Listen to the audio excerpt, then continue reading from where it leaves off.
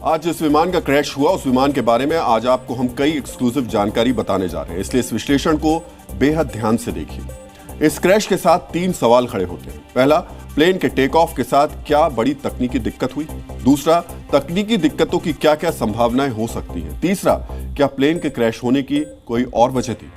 इन सारे सवालों का जवाब जांच के बाद ही पता चलेगा, लेकिन शुरू के 2 सवाल, क्या कोई बड़ी तकनीकी दिक्कत हुई और क्या क्या दिक्कतें हो सकती हैं, इसका अब हम विश्लेषण करेंगे। क्योंकि जिस विमान की आज दुर्घटना हुई उसकी तकनीकी दिक्कतों के लेकर पहले कई बार सवाल उठ चुके हैं।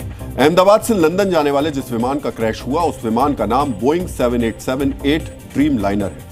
जैसे किसी बाइक या कार को कोई कंपनी बनाती है और हर बाइक या कार का अलग अलग मॉडल या नाम होता है, वैसे ही इस विमान को बोइंग नाम की अमेरिकी कंपनी ने बनाया था और इसका मॉडल नंबर 787-8। दुनिया भर में उड़ने वाले सभी कॉमर्शियल विमानों को अमेरिकी कंपनी बोइंग या यूरोप की कंपनी एयरबस बनाती है। अभी दुनिया में हवाई जहाज बनाने में बोइंग कंपनी का मार्केट शेयर 40% है, जबकि एयरबस कंपनी का मार्केट शेयर 60% है। अब जो जानकारी हम आपके साथ साझा करने जा रहे हैं उसे ध्यान से सुनिए। 2019 से पहले हवाई जहाज बनाने के कारोबार में बोइंग की हिस्सेदारी एयरबस से ज्यादा थी, लेकिन बोइंग के अलग अलग मॉडल के विमान में तकनीकी दिक्कतें आने लगी।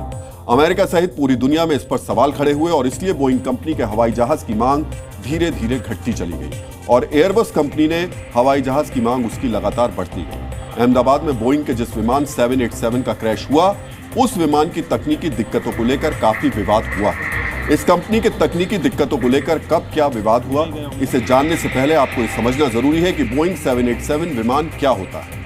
बोइंग 787 ड्रीम लाइनर विमान की अलग अलग जनरेशन होती है। जैसे 787 का 8वां जनरेशन यानी 8वां जनरेशन, 787 का 9वां जनरेशन, 787 का 10वां जनरेशन। इन तीनों जनरेशन के विमानों को सीट की संख्या, लंबाई, तकनीकी बदलाव और उड़ान के समय के आधार पर बांटा जाता है। अहमदाबाद में जिस विमान का क्रैश हुआ वो विमान बोइंग 787 का 8वां जनरेशन था। इस विमान की लंबाई 57 मीटर, ऊंचाई 17 मीटर होती है। इसकी क्षमता जो होती है वो 248 लोगों की होती है। इसमें बिजनेस, प्रीमियम और इकोनॉमी क्लास होता है। इस प्लेन की अधिकतम रफ्तार 903 किलोमीटर प्रति घंटा होती है। एक बार में इस प्लेन में अधिकतम 1,26,206 लीटर फ्यूल भरा जा सकता है। इसमें 2 इंजन होते हैं और एक बार फ्यूल पूरी तरीके से भरने के बाद यह विमान 13,530 किलोमीटर तक नॉन स्टॉप उड़ान भर सकता है। बोइंग 787-8 विमान की कीमत 1700 से 2000 करोड़ रुपए तक होती है। बोइंग 787 विमान ने आज जब अहमदाबाद से उड़ान भरी उस समय उसमें फ्यूल पूरी तरीके से भरा हुआ था, क्योंकि उसे लंदन के करीब 7000 किलोमीटर की दूरी नॉन स्टॉप तय करनी थी। इसलिए उड़ते ही जब प्लेन क्रैश हुआ तो बड़ा धमाका होकर तुरंत आग लग गई। इस हादसे को लेकर एक्सपर्ट्स क्या कहते हैं अब आपको सुनाते हैं, क्योंकि कुछ जानकारों का मानना है इस क्रैश के कई एंगल हो सकते हैं।